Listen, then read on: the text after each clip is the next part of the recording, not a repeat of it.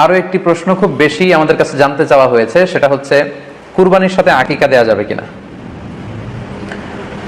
খুব বেশি আলোচনা হচ্ছে এই প্রসঙ্গটা যে কুরবানির সাথে আকিকা দিয়ে দেওয়া যাবে কিনা। এক্ষেত্রে আমরা উত্তরে বলবো যে কুরবানি এবং আকিকা আপনাদের খেয়াল রাখতে হবে যে ভিন্ন দুটি ইবাদত। প্রথম কথা হচ্ছে ইবাদত ভিন্ন দুটি ইবাদত, কারণ কুরবানি এটা বছরের একটা নির্ধারিত সময়, জিলহজের 10 তারিখে, এবং তারপরে আরো 2 দিন বা 3 দিন, এই সময়গুলোতে আপনি কুরবানি করতে পারবেন। তাহলে এটা হজের মৌসুমে জিলহজ মাসে করতে হয় কুরবানি, কিন্তু আকিকা কিন্তু এরকম না। আকিকাটা যে কোনো মাসে হতে পারে। আর আকিকা হচ্ছে বাচ্চা যেদিন জন্মগ্রহণ করবে, সন্তান ভূমিষ্ঠ হওয়ার 7 দিন পরে। তাহলে ভিন্ন দুইটা ইবাদত, দুই সময়ের ইবাদত। নাম্বার 2, আকিকার ক্ষেত্রে আল্লাহ রাসূল সাল্লাল্লাহু আলাইহি ওয়াসাল্লাম বলেছে আনিল গুলামি শাতান ওয়া আনিল জারিয়াতি শাত, অর্থাৎ ছেলে হলে 2টি ছাগল দিয়ে আকিকা করো, এবং যদি মেয়ে হয় তাহলে 1টি ছাগল দিয়ে আকিকা করো। তো সেক্ষেত্রে কুরবানিতে কিন্তু এরকম বিধান নেই। কুরবানিতে কিন্তু 1টি ছাগল দিয়ে আপনি কুরবানি করলে কুরবানি হয়ে যাচ্ছে, সেখানে 2টি ছাগল দেওয়া লাগবে এমন কোনো কথা নেই। তো এভাবে আমরা বুঝতে পারতেছি, খুবই স্পষ্টত কমন সেন্স খাটালেও আমরা বুঝতে পারতেছি, এবং আল্লাহ রাসূল সাল্লাল্লাহু আলাইহি ওয়াসাল্লামের ভাষ্যগুলো অনুসারে আমরা বুঝতে পারছি দুই ধরনের ইবাদত। যদিও এই 2 ইবাদতে কিছুটা মিল আছে, কিন্তু 2 সময়ের ইবাদত, আলাদা 2টি উপলক্ষ, 2টার আলাদা নির্ধারিত সময় রয়েছে। যেমন আকিকার ক্ষেত্রে সুন্নাহ হচ্ছে বাচ্চা যেদিন জন্মগ্রহণ করবে তার 7ম দিন শেষে 7 দিন পরে আপনি আকিকা করবেন। আল্লাহ রাসূল সাল্লাল্লাহু আলাইহি ওয়াসাল্লাম বলেছেন কুল্লু গুলামিন মুরতাহানুন বিআকিকাতিহি তুযবাহু আনহু ইয়াওমা সাবিহি, প্রত্যেক সন্তানের আকিকা দিতে হয় তার 7ম দিনে, ওয়া ইউহলাকু ওয়া ইউসাম্মা, এবং 7ম দিনে মাথার চুল ফেলে দিতে হয়, তার সুন্দর একটি নাম রাখতে হয়। তাহলে আকিকার বিধান হচ্ছে সম্মানিত সুধী সন্তান জন্মগ্রহণ করার 7 দিন পরে। আমরা বুঝতে পারলাম আল্লাহ রাসূল সাল্লাল্লাহু আলাইহি ওয়াসাল্লামের ভাষ্য অনুযায়ী, কথা অনুযায়ী, কওল অনুযায়ী। এবার যদি আমরা আল্লাহ রাসূল সাল্লাল্লাহু আলাইহি ওয়াসাল্লামের আমল দেখি, ওনার ব্যক্তিগত আমল কি ছিল, সেক্ষেত্রে আমরা সহিহ ইবনে হিব্বানের একটা হাদিস উল্লেখ করব, যেটিকে ইবনে হাজার আল আসকালানী উনি ওনার ফাথুল বারিতে সহিহ হিসেবে উল্লেখ করেছেন। আয়েশা রাদিয়াল্লাহু তাআলা আনহার বর্ণনা, তিনি বলেন যে আক্কা রাসূলুল্লাহ সাল্লাল্লাহু আলাইহি ওয়াসাল্লাম আনিল হাসানি ওয়াল হুসাইনি ইয়াউমা সাবিঈ ওয়া সাম্মাহুমা।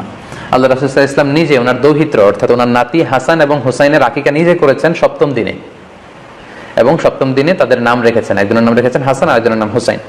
অর্থাৎ হাসান রাদিয়াল্লাহু আগে জন্মগ্রহণ করেছিলেন, ওনার চেয়ে ছোট ছিল হোসেন, উনি পরে জন্মগ্রহণ করেছেন। তো ওনাদের জন্মের পরে 7 দিন পরে আল্লাহ রাসূল সাল্লাল্লাহু আলাইহি ওয়াসাল্লাম ওনাদের আকিকা দিয়েছিলেন, এবং 7ম দিনে উনি আকিকাও দিয়েছেন এবং তাদের নামও রেখেছেন। তাহলে আল্লাহ রাসূল সাল্লাল্লাহু আলাইহি ওয়াসাল্লামের কওলি হাদিস, ওনার ভাষ্য মতে আমরা জানলাম উনি বলেছেন 7ম দিনে আকিকা দিতে হয়, এবং ওনার ব্যক্তিগত আমল থেকে আমরা জানতে পারলাম যে উনি ওনার 2 নাতির আকিকা দিয়েছেন 7ম দিনে এবং নাম রেখেছেন। তাহলে এ থেকে আমরা সুস্পষ্ট বুঝতে পারি যে আকিকা দিতে হয় সন্তান জন্মগ্রহণ করার 7 দিন পর, 7ম দিনে। যদিও তবারানিতে আরেকটি হাদিস এসেছে যেখানে বলা হয়েছে যে আকিকা 7ম দিনেও দেওয়া যায়, 14তম দিনে দেওয়া যায়, 21তম দিনে দেওয়া যায়। যদি 7ম দিনে কেউ দিতে না পারে কোনো কারণে, তাহলে 14তম দিন, না পারলে 21তম দিন। তাহলে সুস্পষ্টভাবে উল্লেখ আছে যে আকিকার সময়সীমা 7ম দিনের কথা আমাদেরকে বলা হয়েছে। তো সেক্ষেত্রে আপনার সন্তান জন্মগ্রহণ করলে আপনি শুকরিয়া স্বরূপ কুরবানি করবেন, আত্মীয় স্বজনকে খাওয়াবেন, আকিকার গোশত নিজেরাও খাবেন। তো এটা যদি আপনি কুরবানির জন্য রেখে দেন, তাহলে তো সন্তান দুনিয়াতে আসার এই আনন্দটা থাকে না। একজন যখন সন্তান পায়, সে কেমন যেন আকাশের চাঁদ হাতে পায়। তো তখন তার 7 দিনের মধ্যে যে আনন্দটা থাকে, ওই দিন তার নাম রাখা হবে, আত্মীয় স্বজনরা আসবে, বাচ্চাকে দেখবে, দোয়া করবে, তখন আকিকা করে গোশত নিজে খাবেন, আত্মীয়দের খাওয়াবেন, পাড়া প্রতিবেশীদেরকে দিবেন। এটা হচ্ছে সন্তান ভূমিষ্ঠ হওয়ার উপলক্ষকে কেন্দ্র করে এই আকিকা। সো এটাকে কুরবানির সাথে মিক্স আপ করার কোনোই প্রয়োজন নেই, এবং এক্ষেত্রে সুস্পষ্ট গাইডলাইন হচ্ছে যে 7ম দিনে আকিকাটা দিতে হয়। সো আমরা যেন 7ম দিনে আকিকাটা দেই।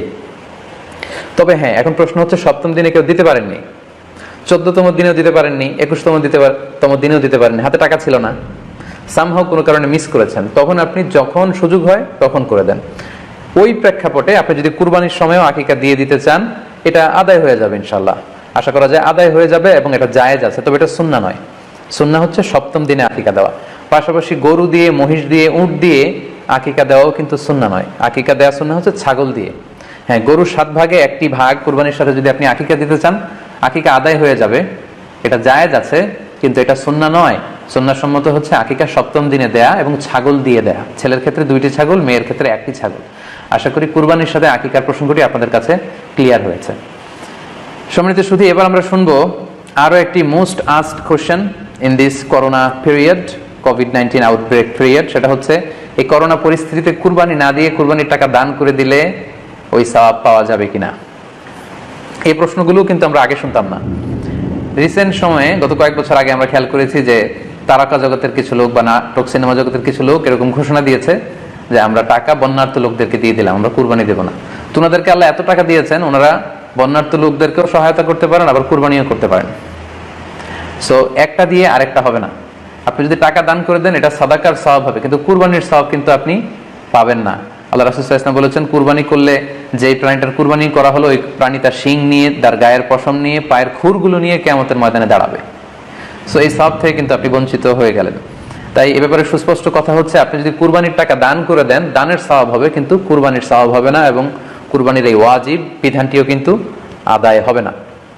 আপনার উদ্দেশ্য ভালো, কিন্তু আপনার পদ্ধতিতে সমস্যা। আপনার উদ্দেশ্য হচ্ছে যে বন্যা দুর্গত মানুষ, সাতক্ষীরাতে বা আশেপাশের জেলাগুলোতে বন্যায় মানুষ না খেয়ে মারা যাচ্ছে, আমি টাকাগুলো দান করে দেই, তাহলে বেশি তারা উপকৃত হবে। আমি বলবো যে আপনার যদি সামর্থ্য থাকে সেক্ষেত্রে আপনি বন্যার্থ লোকদেরকে দানও করেন, পাশাপাশি কুরবানিও করেন, দুইটা দুই জিনিস। অথবা আপনি যদি শুধু কুরবানি করতে চান সেটাও আপনি করতে পারেন, আপনি কুরবানি করবেন, এতে করে কিন্তু আপনি যে দান করতে চান আপনার এই পারপাসটাও কিন্তু সার্ভ হবে। কিন্তু কুরবানির টাকা দান করে দিলে কখনো কুরবানি আদায় হবে না। আপনি যদি কুরবানি করেন এক্ষেত্রেও কিন্তু দরিদ্র জনগোষ্ঠীর বিশাল স্বার্থ এখানে আছে, কারণ বছরের একটা দীর্ঘ সময় ধরে এই সুবিধাবঞ্চিত মানুষগুলো কিন্তু আমিষের অভাবে তারা ভোগে, পুষ্টিহীনতায় ভোগে। তারা এমনও অনেক ফ্যামিলি আছে বছরে শুধু এই কুরবানির সময় এই মৌসুমটাতে তারা কিছু গোশত খেতে পারে। সো তাদের মধ্যে আপনি কুরবানি করে এই গোশত বিতরণ করতে পারেন। সো এই কোভিড-19 পিরিয়ডে আমাদের উচিত বেশি বেশি কুরবানি করা, কুরবানি করে এই অভুক্ত মানুষদের ঘরে ঘরে কুরবানির গোশত পৌঁছে দেয়া। তাহলে আপনি কুরবানির মাধ্যমে কিন্তু এই গোশত